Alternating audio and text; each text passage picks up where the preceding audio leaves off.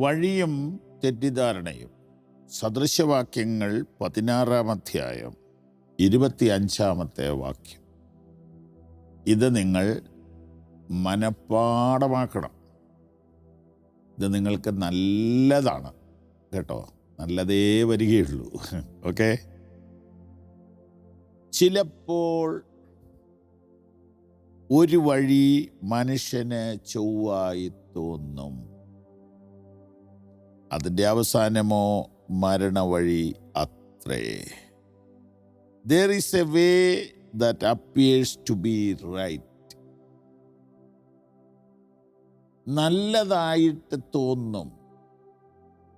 ഇതിനു മുമ്പ് ഇതേപോലെ ഒരു ചിന്ത ഈ അധ്യായത്തിൻ്റെ 2-ാം വാക്യത്തിൽ നിന്ന് പറഞ്ഞതാണ്. ആവർത്തിച്ച് ദൈവവചനത്തിൽ അത് പറഞ്ഞിരിക്കുന്നതിനാൽ അതിന് ഡബിൾ എഫക്റ്റ് ഉണ്ട്, ഇരട്ടി ആവശ്യക്കാരുണ്ട്. വചനം ഇങ്ങനെ പറയുന്നു, ചിലപ്പോ, അതൊരു സീസണാണ്. ചിലപ്പോൾ അങ്ങനെ പറ്റും. ചിലപ്പോൾ ഒരു വഴി മനുഷ്യന് ചൊവ്വായി തോന്നും. ഇത് കൊള്ളാല്ലേ, ഇത് കൊള്ളാം, ഇത് നല്ലതല്ലേ, നല്ലതാ. അങ്ങനെ അമേരിക്കയിൽ പോയിട്ട് നിരാശപ്പെടുന്നവരെ എനിക്കറിയാം.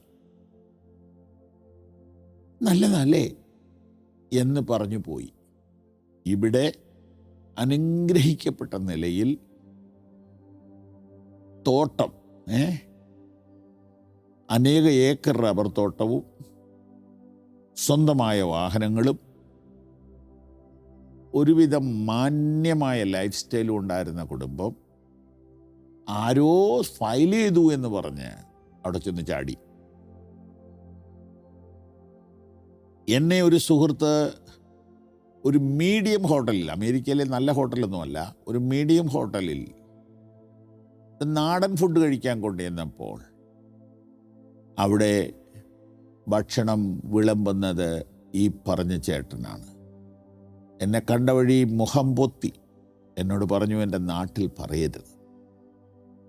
അദ്ദേഹം നാട്ടിലൊരു കിങ്ങായിരുന്നു.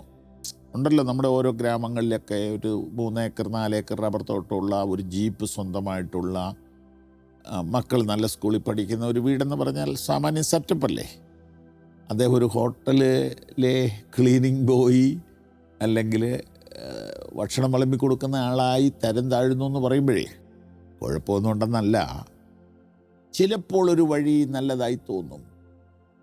ഇനി എന്നാൽ തിരിച്ചു പോകാൻ മേലെ, അതാണ് ഒരു പ്രശ്നം. ഈ അമേരിക്ക പോലെയുള്ള സ്ഥലത്തോട്ട് പോയിട്ട് തിരിച്ചു വരിക എന്ന് പറഞ്ഞാൽ തൂങ്ങിച്ചാകുന്നത് പോലെയാണ്. ക്ഷമിക്കണം ആ വാക്ക് ഉപയോഗിച്ചത്. അതിനേക്കാൾ നല്ലത് മരിക്കുക എന്നൊരു പറച്ചിലില്ലേ, അതുപോലെ പറഞ്ഞു പോയതാണേ. ഒരു തരം നാണക്കേടാണ്. കാരണം നാട്ടിൽ നിന്ന് ഭയങ്കരമായിട്ട് എല്ലാവരോടും കൂടി പ്രാർത്ഥിച്ച് വിട്ടതല്ലേ. ചിലപ്പോൾ ഒരു വഴി നല്ലതായിട്ട് തോന്നും. ഗൾഫിൽ പോയവരുടെ അവസ്ഥ അത് തന്നെ. സുവിശേഷ വേലയ്ക്ക് ഇറങ്ങിയിട്ട് അങ്ങനെ പറ്റിയവരുണ്ട്. കാരണം അതിനകത്തുനിന്ന് ഒരു പ്രോപ്പർ കോളിങ്ങോ പ്രോപ്പർ ഗൈഡൻസോ കിട്ടാൻ വേണ്ടി അവർ വെയിറ്റ് ചെയ്തില്ല. തോന്നല അങ്ങ് നല്ലതായിരിക്കും, ഇത് കൊള്ളാമല്ലേ. പോപ്പുലർ ഫിനാൻസിൽ പൈസ ഇട്ടവരെന്നാ പറഞ്ഞത്, നല്ലതാ. പിന്നെ എൻ്റെ വൈഫിനെ ഒരു സഹോദരി ഇങ്ങനെ വിളിച്ചുകൊണ്ടിരിക്കുക, ഒരു പ്രത്യേക ഇൻവെസ്റ്റ്മെൻറ്റ് സ്കീമാണ്, വാർദ്ധക്യകാലത്ത് പെൻഷൻ കിട്ടിക്കൊണ്ടിരിക്കും. ഞാൻ പറഞ്ഞു ഇങ്ങോട്ട് വരികയേ വേണ്ട. പ്രിയപ്പെട്ടവരെ, ഇങ്ങനെയൊക്കെ തോന്നാം. എന്നാൽ വചനം എന്തു പറയുന്നു? അതിൻ്റെ അവസാനമോ മരണവഴികളത്രേ. അതുകൊണ്ട് വീണ്ടും ആവർത്തിച്ച് പറയുന്നു, don't depend your imagination, depend upon God's face. ദൈവത്തിൻ്റെ മുഖത്തേക്ക് നോക്കുക. ദൈവം നിങ്ങളെ അനുഗ്രഹിക്കട്ടെ.